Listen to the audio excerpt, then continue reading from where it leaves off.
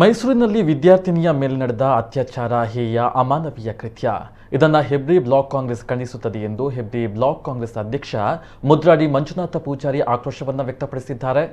ಅವರು ಹೆಬ್ರಿಯ ಬ್ಲಾಕ್ ಕಾಂಗ್ರೆಸ್ ಕಚೇರಿಯ ಎದುರುಗಡೆ ನಡೆದ ಪ್ರತಿಭಟನೆಯಲ್ಲಿ ಮಾತನಾಡಿದರು.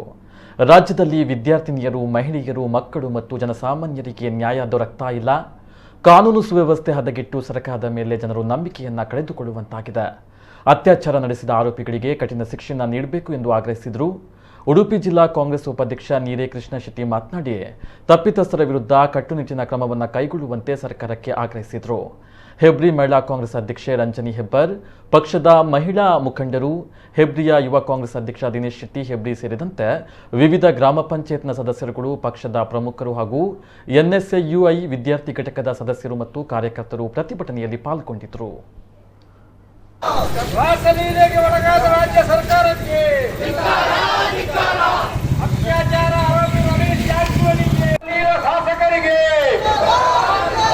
ದೇಶವನ್ನು ಮಾರುತ್ತಿರುವ ಕೇಂದ್ರ ಸರ್ಕಾರಕ್ಕೆ, ತೈಲ ಬೆಲೆ, ಗ್ಯಾಸ್ ಬೆಲೆ ಏರಿಕೆ ಮಾಡಿದ ಬಿಜೆಪಿ ಸರ್ಕಾರಕ್ಕೆ. ನಿನ್ನೆ ಬೆಳಗಾವಿಯಲ್ಲಿ ಅತ್ಯಾಚಾರವನ್ನು ನಡೆಸಿ ಒಬ್ಬಳು ವಿದ್ಯಾರ್ಥಿನಿಗೆ ಅತ್ಯಾಚಾರವನ್ನು ನಡೆಸಿ ಅಮಾನುಷ ಕೃತ್ಯವನ್ನು ಎಸಗಿದಂತ ಸರ್ಕಾರ ಇದ್ರೂ ಸಹ ಯಾವುದೇ ಕ್ರಮ ಕೈಗೊಳ್ಳದಂತ ಒಂದು ಸರ್ಕಾರದ ವಿರುದ್ಧ ಈ ಪ್ರತಿಭಟನೆಗೆ ನಮ್ಮ ಈ ಒಂದು ಏನು ಮಹಿಳೆಯರ ವಿರುದ್ಧ ಬಿಜೆಪಿ ಸರ್ಕಾರ ಬಂದಾಗಲೆಲ್ಲ ಒಳಗೋಗ್ತಾನೆ ಜೈಲಿಗೆ. ಹಾಗೆ ಇಂದಿನ ಎಲ್ಲಾ ಮಂತ್ರಿಗಳು, ಹೆಚ್ಚಿನ ಮಂತ್ರಿಗಳು ವಿಧಾನಸಭೆಯಲ್ಲಿ ಗ್ರೂಪ್ ಮಂತ್ರಿ ಹೇಳ್ತಾನೆ ಇವತ್ತು ಇದನ್ನ ಸಾಮಾನ್ಯ ಇದೆಲ್ಲ ಮಾಮೂಲಿ ನಡೀತದೆ ಅನ್ನತಕ್ಕಂಥ ಮಾತನ್ನು ಹೇಳ್ತಾರೆ ಅವರು. ಇವತ್ತು ಮುಖ್ಯಮಂತ್ರಿ ಬೊಮ್ಮಾಯಿ ಅವರು ಇಲ್ಲಿ ಉಡುಪಿ ಜಿಲ್ಲೆಯವರಿಗೆ ಉಸ್ತುವಾರಿ ಸಚಿವರಾಗಿದ್ರು. ಇಲ್ಲಿ ಹತ್ತಿರ ಮೊನ್ನೆ ಇತ್ತೀಚೆಗೆ ಇಲ್ಲಿಗೆ ಬಂದು ಹೋಗಿದ್ರು.